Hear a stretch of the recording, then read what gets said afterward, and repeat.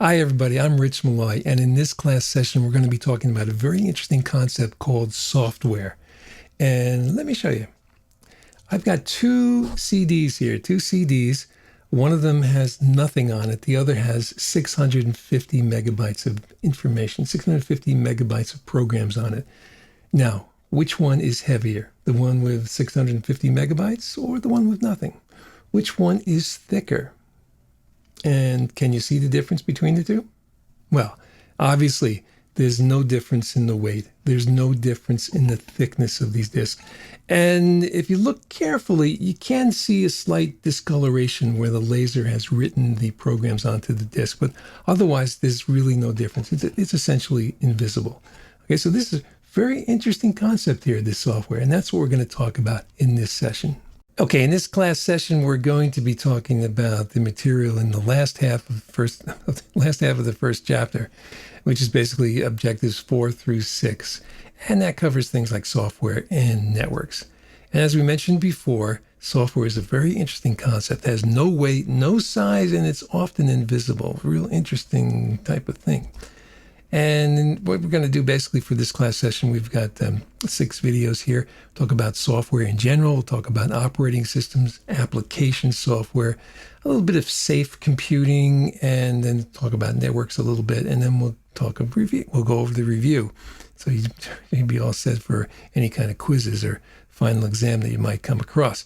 Okay, now software. What do we mean? What do we mean by that? It's just programs, applications, or apps. Okay, and what's a program? Basically, a program is just a list of instructions for the computer to do.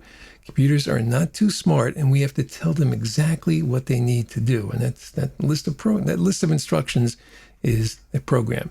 Now, how important is software? Well, actually, let's look at 2 companies. We got HP, which is a very prominent computer manufacturer, and Microsoft, which is an extremely prominent software manufacturer. Okay, and let's compare these two. Okay, now HP, if you looked at how valuable that company was, if you wanted to buy HP, okay, well, how much money do you have to spend? Well, it's that much there. Okay, it's about $25 billion, somewhere around that. Okay, which is a lot of money, but if you were to try to buy Microsoft, okay, well, how much would that cost you? Well, this is how much. Okay, well over $1 trillion. Well over $1 trillion, more than some countries. Okay, really a lot of money there. So you can see, and even if we added up all of the hardware manufacturers, it'd still be much smaller than Microsoft. So software is, in terms of value, it's much more valuable than the hardware companies. Which is why in our course, we're spending a lot more time talking about software than we will about hardware. Now, a couple of questions for you. What's the difference between a bit and a byte, or maybe a megabyte and a terabyte, or an OS and an app? Okay, we're going to go over those right now. Okay, when we measure software, we measure it in terms of bits. A bit is a binary digit. Okay, it's a simple little piece of information, the smallest possible piece of information, which could either be on or off, or 0 or 1, or true or false, or heads or tails. And it's such a small piece of information. It's useful when you're turning on the light and you're trying to decide who's going to start off a football game. But otherwise, it's not too useful. So what we do is we take the bits and we put them together into bit streams. And we look at this row of zeros and ones and we go, as humans, we can't figure that out. But computers can make sense of it really quickly.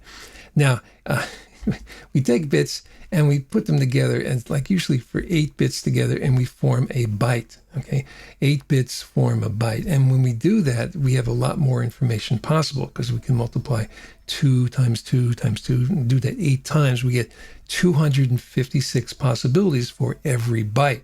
And what's great about that is we can do all of the characters in the English language because we only have 26 letters, 26 capital letters, a couple of numerals, a couple of punctuation marks, and you add those together and they all fit really nicely in that 256 possibilities, which really goes well. So when we usually organize things, we say a byte is equal to 1 character, a letter, number, punctuation mark, okay, whatever it is, a byte is equal to about that 1 character. Now, even the bytes kind of small, so we put them together. We take 1,000 bytes together, and we get the kilobyte. And we normally most people think a kilobyte is 1,000. It's actually, when we in computers we multiply 256 times 2, we get 512. Multiply 512 times 2, we get 1,024. And then we get, so it's a kilobyte is not 1,000. It's 1,024 bytes. It's a little bit more than 1,000. Okay, but for most purposes, we just say 1,000.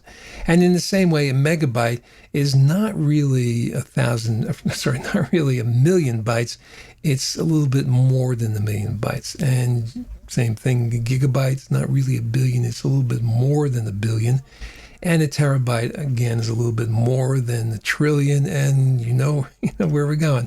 Petabyte is a little bit more than a quadrillion. Okay, so yeah, for all intents and purposes, yeah, it's a megabyte is a million, gigabyte is a billion. But it's actually, when you get down to it, it's a little bit more. So don't be surprised when you're adding up how many bytes are on your hard drive. You'll find a little bit more than you expected. Okay, so let's get an idea of how many bytes are in these various types of things, these messages and things that we'll be working with. A small text message, okay, a simple text message could be 140 bytes. Remember, each byte is a character, and something like, meet me at the library at 2 o'clock.